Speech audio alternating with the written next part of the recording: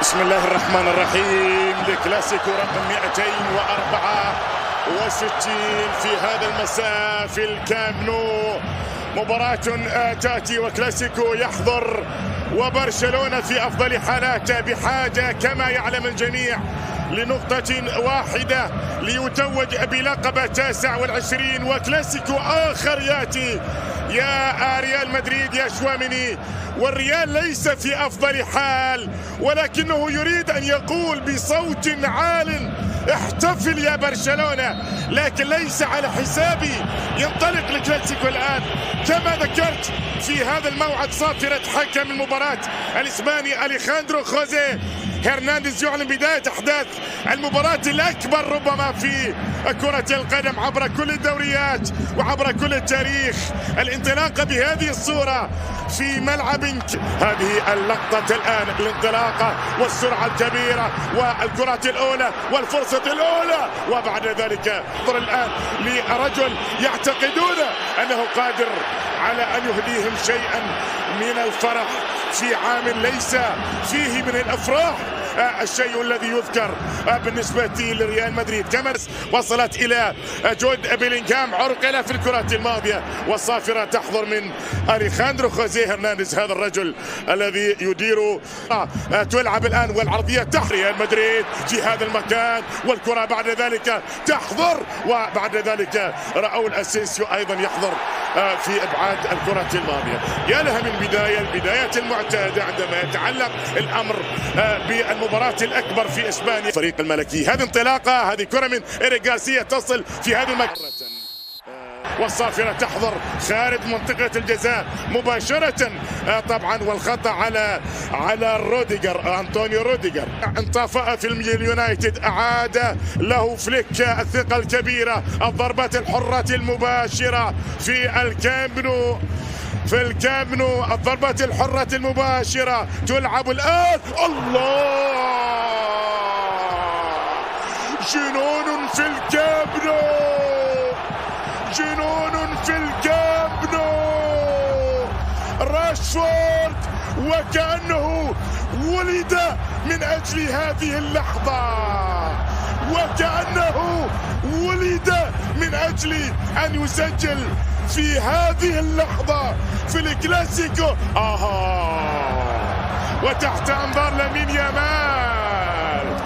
يا للهدف، يا للروعة، يا للجدة، يا للقطة.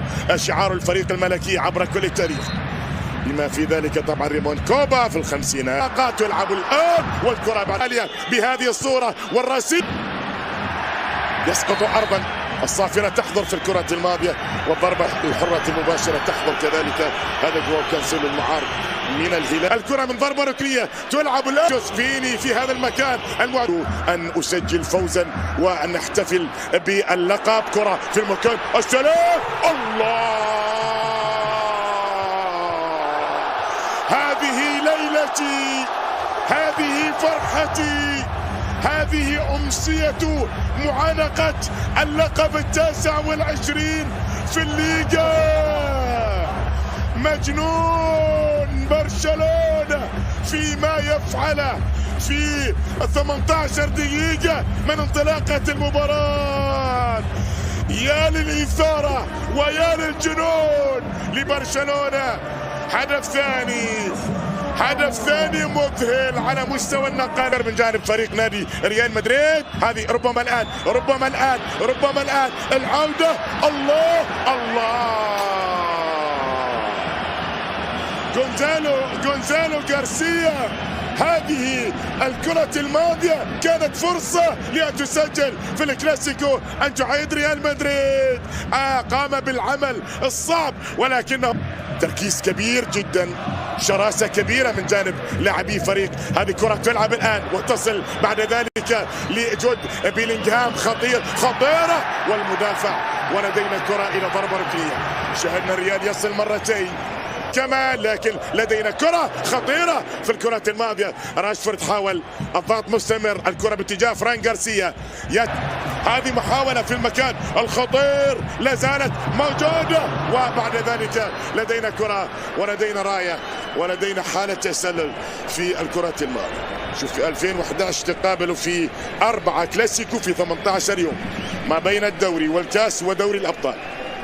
هذه اللعبة موسم مختلف. كرة لجونيور فينيسيوس يأتي بكرة سليمة في المكان السلام. الكرة مرت بهذه الصورة تصل بعد ذلك خارج أرضية الملعب في الكرة الماضية، خارج أرضية الملعب في التحضر من أجل العودة بعد ذلك في المباراة. كرة جميلة تلعب للأمام. الله الله، كانت ستكون ليلة استثنائية يا رجل. الوجوه، كرة من ضربة ركنية تصل الآن. الله، هذا برشلونة لا شك أنه مرعب ما قدمه برشلونة في الشوط الأول. بعد ذلك إدوار يشوف الضغط، 3 لاعبين أمام لاعب واحد فقط عندما يتعلق الأمر باسترجاع الكرة في الشوط الأول من المباراة حتى هذه اللحظة. لدينا 4 دقائق أخيرة متبقين و16، وكان هنا وانتهى بفوز ريال مدريد بهدفي رونالدو وكريم بنزيما مقابل هدف سجله بيكي، طبعا أسطورة الدفاع في تاريخ برشلونة. أولا بالمناسبة كان أول العائدين لأرضية الملعب في الكامب نو، وبعد ذلك نشاهد الآن لاعبو ريال مدريد يعودون من لوبيز في المكان الخطير. سددها، اصطدت، ابعدها كورتوا مرة اخرى. شورت ياتي بكرة العرضية تحضر ولكنها تستقر بعد الآن، وتاتي الكرة خطيرة وياتي الابعاد، وكورتوا هو من انقذ في احد الفريقين. هذه كرة هنا خطأ والصافرة، ولدينا انذار. بعد ذلك حكم مباراة يذهب مسرعا هذا الرجل. الشد والجذب والتدخلات لحظات. هذه الكرة هنا سقط لاعب فريق ريال مدريد، اعتقد انه جود بيلينغهام في الكرة الماضية، وبعد ذلك طالت على فران غارسيا في الكرة. شوط المباراة الثاني، كرة بالرابة، كرة تلعب الان للامام، فرصة في هذا المكان، وكورتوا مرة اخرى يقول لا. كورتوا مرة أخرى. هدفين إلى 3 أهداف لمعادلة رقم ريال مدريد 444 هدفا. يكون في الكلاسيكو، ياتي بكرة ركنية لبرشلونة، 4 لريال مدريد. بعد ذلك ابراهيم دياز للامام. الماضية لديه حضور ولديه فرصة وعنده هدف، لكن الهدف يلغى من جود بيلينغهام، كانت في وضعية تسلل. لكن ريال مدريد في اللحظات الماضية عنده حضور يحضر. ركنية تلعب عالية وتبعد بالراس، وريال مدريد يعني يصمت كثيرا لينصت له الآخرون. الكرة الماضية، الضربة الحرة المباشرة المذهب، قادرة على الابتسام، في إشارة طبعا إلى الفائز هو اللي يبتسم. لكن عندك لقطة الآن لفيني ويفقدها في المرة الثانية عن طريق ديونج البديل. ياتي بكرة خطيرة والمدافع أبعدها، حولها إلى خارج أرض الملعب إلى ضربة ركنية. فران غارسيا، هذه اللعبة اللي كانت خطيرة، وبعد ذلك جاء الإبعاد، وبعد ذلك كان الضغط من ديونج، وبعد ذلك أمام اللاعب الثاني وطالت عليه، وبعد ذلك الكرة إلى ضربة مرمى.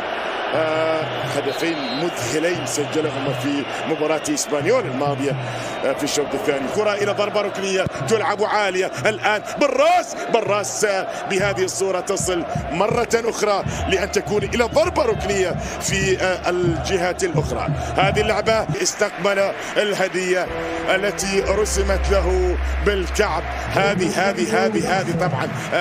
وهنا النهاية في مرمى كورتوا، يريد هدف أول. الآن لفيني، حاول التسديد ولكن يفقد كرته، يعود مرة أخرى وينطلق، ولكن أيضا لدينا صافرة وعندك خط. هل من عودة لريال مدريد؟ وهذه نقلة وهذه لعبة. هذا فيرمين لوبيز. لدينا انذار، لدينا انذار يظهر كذلك. أخرج 4 كروت صفراء، 36 انذار لهذا الرجل في هذا المكان. محاولة قائمة وكورتوا مرة أخرى ينقذهم في الشوط الثاني من أهداف وأهداف. كورتوا مرة المكان، محاولة التقدم سيعود. انتهت الأمور أيها السيدات والسادة، يحتفلون الآن بال29 لقب برشلونة، وبجدارة بجدارة لا شك في ذلك. الأرقام لا تكذب إطلاقا، والتحية تأتي من أربيلوا لهانز فليك. هذا الرجل جاء